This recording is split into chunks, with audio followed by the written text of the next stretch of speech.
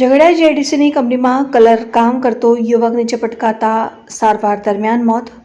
વેલસ્પૂન કંપનીમાં કલર કામ કરતા યુવકનું પગ લપસી જતા નીચે પ્લેટફોર્મ પર પડ્યો. ઔદ્યોગિક વિસ્તારમાં છાસવારે સર્જાતી જીવલેણ દુર્ઘટનાઓથી ચિંતા.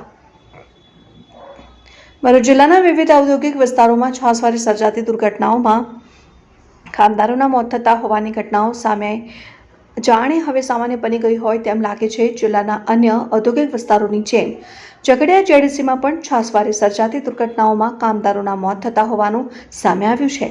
મળતી વિગતો અનુસાર ગતરોજ તારીખ 28મીના રોજ જેડીસીની વેલસ્પૂન કંપનીમાં એક યુવકનું મોત થયું. વેલસ્પૂન કંપનીમાં કલર કામ કરતો વાલિયા તાલુકાના ગુંદિયા ગામનો રમિતકુમાર રવિન્દ્રભાઈ વસાવા નામનો 24 વર્ષીય યુવક ગતરોજ બપોરના 3 વાગ્યાના અરસામાં કંપનીમાં કલર કામ કરી રહ્યો હતો. તે દરમિયાન તેનો પગ લપસતા યુવક નીચે પ્લેટફોર્મ પર પટકાયો હતો. આ ઘટનામાં યુવક ગંભીર રીતે ઈજાગ્રસ્ત થયો હતો. કંપનીમાં કામ કરતો યુવક નીચે પડવાની જાણ થતાં કંપની સંકુલમાં અફડાતફડી જોવા મળી હતી. ઈજાગ્રસ્ત યુવક રમિતકુમારને સારવાર માટે અંકલેશ્વરની ખાનગી હોસ્પિટલ ખાતે લઈ જવાયો. ત્યારબાદ યુવકનું સારવાર દરમિયાન સાંજના 4:45 અરસામાં મોત થયું હતું. આ અંગે ઝઘડિયા જેડીસી પોલીસને જાણ કરવામાં આવતા પોલીસે ઘટનાની નોંધ લઈને ગુનો દાખલ કરી કાયદેસરની કાર્યવાહી હાથ ધરી છે. અબ્દુલ રફ ખત્રી ઉમલ્લા. સુખદેવ ચંપક. શું ઘટના બની? અમે કલર કામ કરતા હતા. કઈ જગ્યાએ?